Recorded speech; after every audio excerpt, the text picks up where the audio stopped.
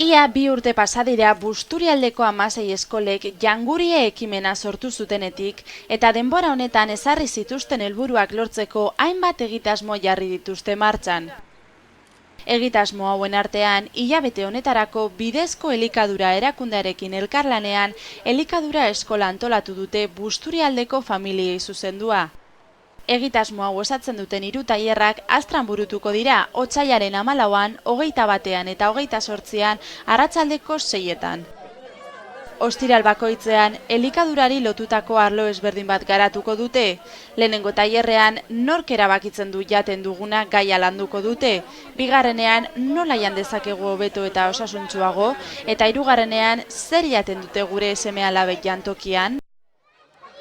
Nagusiak tailerrean dauden bitartean, umeek sukaldaritza ikastaro praktikoa izango dute, eta txikienentzat haurtzaindegi zerbitzua egongo da.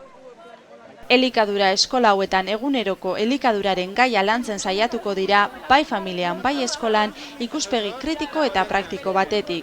Ikastaroak doan izango dira eta otsailaren 12 baino lehen eman behar da izena, guraso elkarteetan edo WhatsApp bidez 688-630-475 zenbakian.